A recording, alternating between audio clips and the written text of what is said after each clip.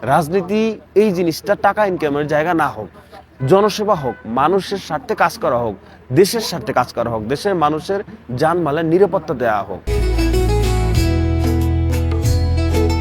জাতীয় সংসদ নির্বাচনের ফলাফল ঘিরে রাজনৈতিক অঙ্গনে যখন জোর আলোচনা চলছে, তখন সামাজিক যোগাযোগ মাধ্যমেও চলছে নানা বিশ্লেষণ ও পূর্বাভাস। এই প্রেক্ষাপটে গতকাল রাতে কন্টেন্ট ক্রিয়েটর কাফি জাতীয় সংসদ ভবনের সামনে গিয়ে একটি ভিডিও বার্তা প্রকাশ করেন। সেখানে তিনি চলমান নির্বাচনের ফলাফল নিয়ে নিজের ধারণা তুলে ধরেন। ভিডিওতে কাফি বলেন, সরকার গঠন করছে বিএনপি। এখন পর্যন্ত যে তথ্য তিনি শুনছেন তাতে বিএনপি এগিয়ে রয়েছে বলেও মন্তব্য করেন তিনি।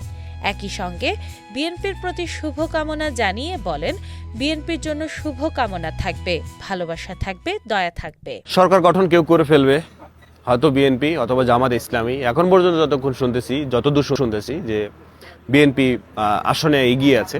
তো বিএনপির জন্য শুভকামনা থাকবে, ভালোবাসা থাকবে, দোয়া থাকবে।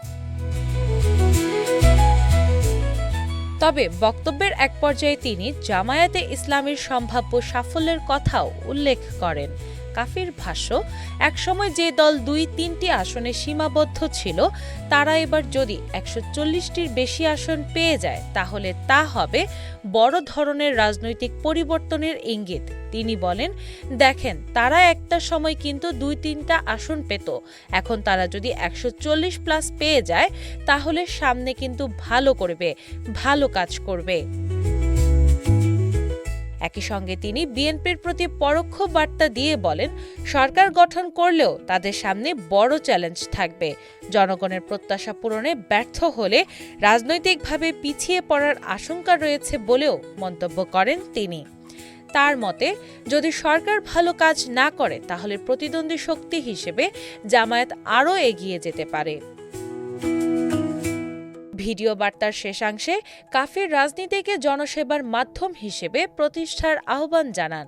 তিনি বলেন, রাজনীতি যেন অর্থ উপার্জনের ক্ষেত্র না হয়ে জনগণের সেবা ও দেশের মানুষের জানমালের নিরাপত্তা নিশ্চিত করার জায়গা হয়। কাফির এই ভিডিও ইতিমধ্যে সামাজিক যোগাযোগ মাধ্যমে ব্যাপক আলোচনা সৃষ্টি করেছে।